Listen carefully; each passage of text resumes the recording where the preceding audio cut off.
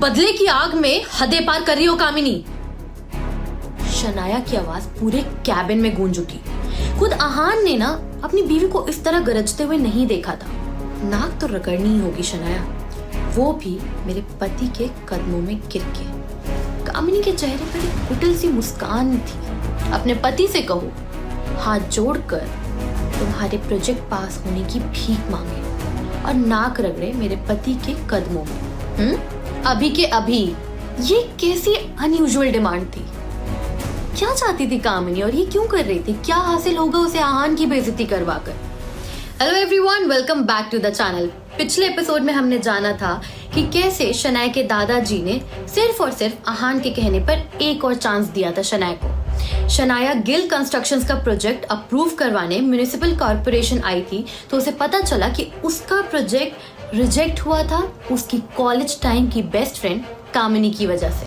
कामिनी, तुम्हारे साथ गलत मैंने किया था ना, राइट? तो तुम मेरे पति को बीच में क्यों घसीट रही? बोलो।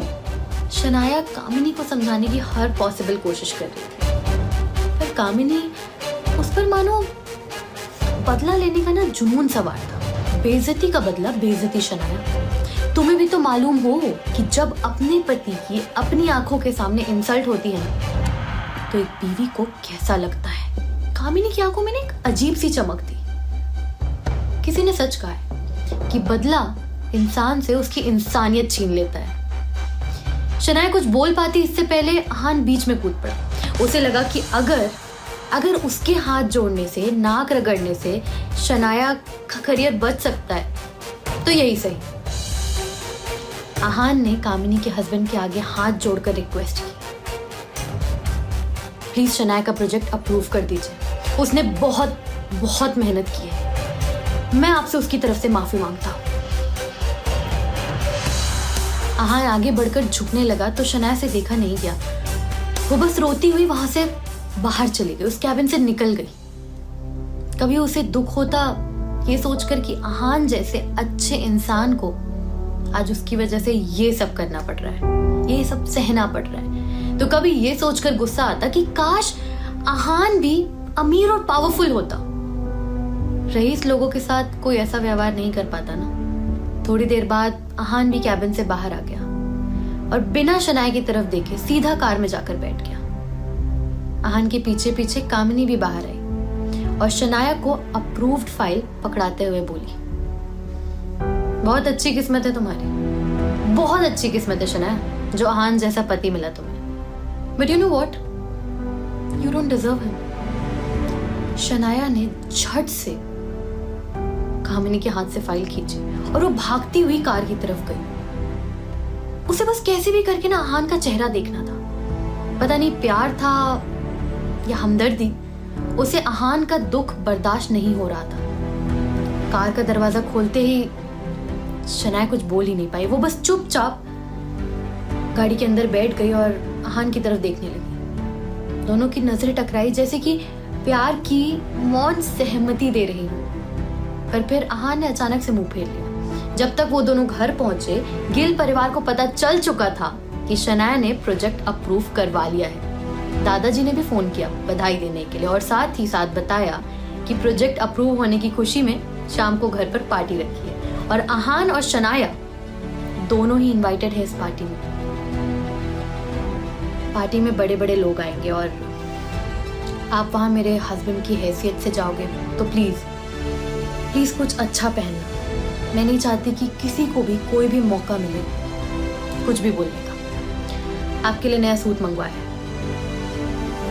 शनाया ने बात खत्म करते हुए बोला, जाने क्यों शनाया आहान के प्रति अपने इमोशंस दिखाने से ना झिझकती थी।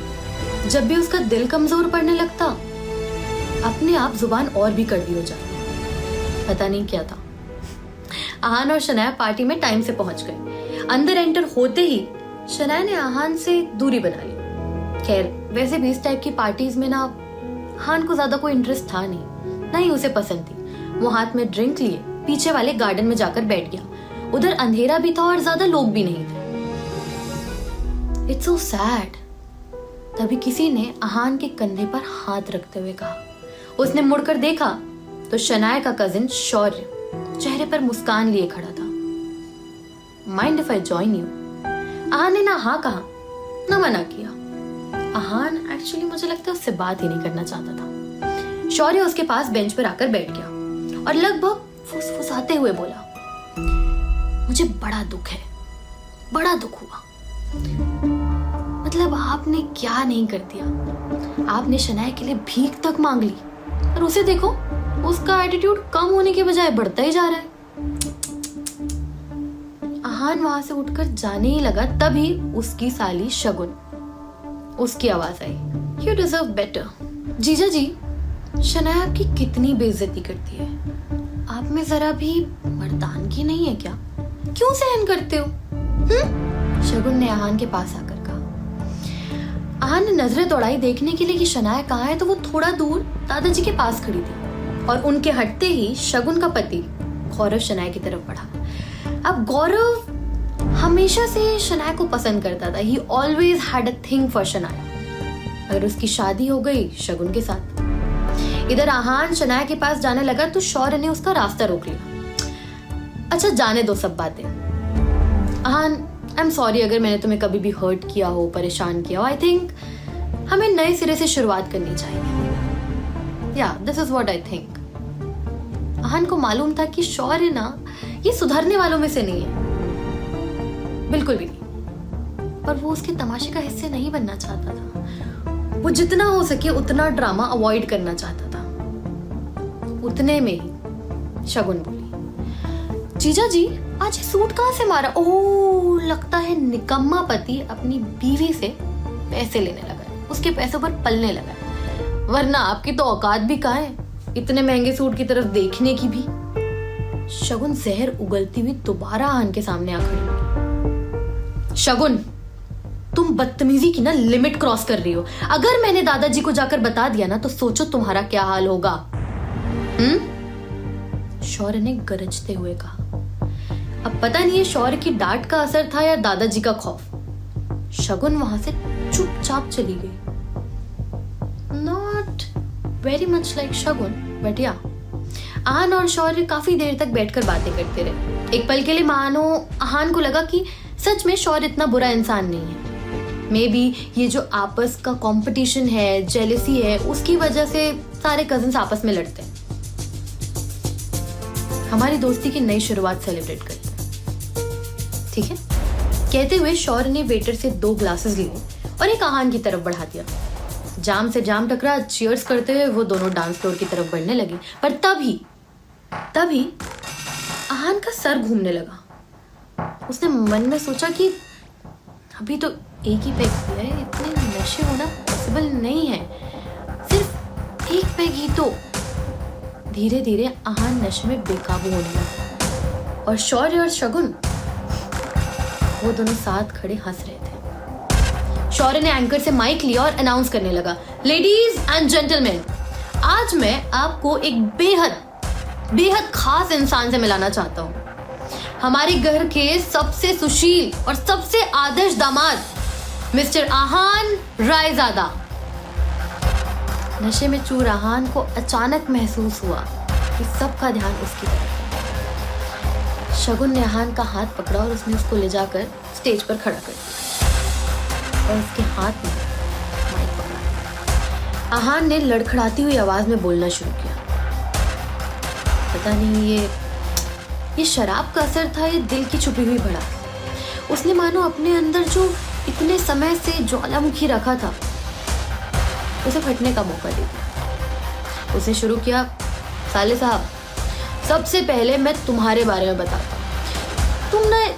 तुम एक नंबर के लालची इंसान, खुदगर्ज इंसान हो। गिल कंस्ट्रक्शंस के बिजनेस की बागडोर तुम अपने हाथ में लेना चाहते हो ना, और इसीलिए शनाया को अपने रास्ते से हटाने की कोशिश करते हो। तुम हमारा रिश्ता भी तोड़ना चाहते हो। तभी दादाजी ने सामने आकर कहा, आहान, क्या है ये सब?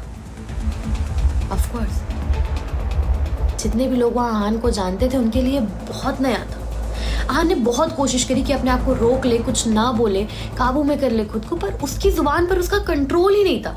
मानो किसी ऑटोमेटिक प्रोग्राम की तरह वो बोलता चला गया। ओह दादाजी, और आपके बारे में तो क्या ही कहना, कहने के लिए आपने शनाया को दूसरा मौका तो दिया, पर आप अंदर ही अंदर शनाया से ज्यादा शौर्य को प्रेफर करते हैं। ये क्या बोले जा रहा था आहान? धीरे धीरे सारे लोग स्टेज के नजदीक इकट्ठे होने लगे। तमाशा बढ़ता गया और तमाशा बढ़ता देख शगुन आहान के पास आकर सबको सुनाते हुए बोली, आहान, ये हमारे दादाजी हैं।